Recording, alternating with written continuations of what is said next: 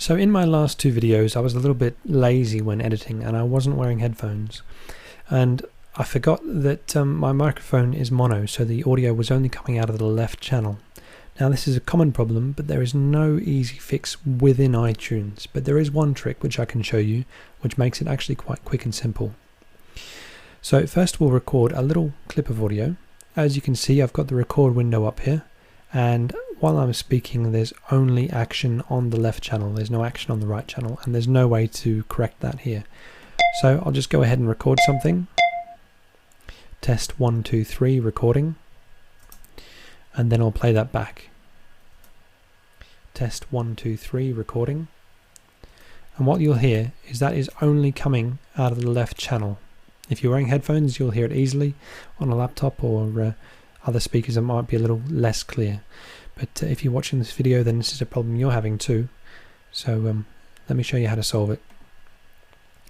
We have the recording here. What we now need to do is we need to click on the share menu, click export using QuickTime, and then use these settings. Give it a name.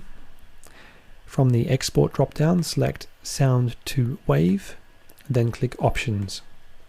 Within the options, from the channels drop down it will say stereo LR, but you need to select mono.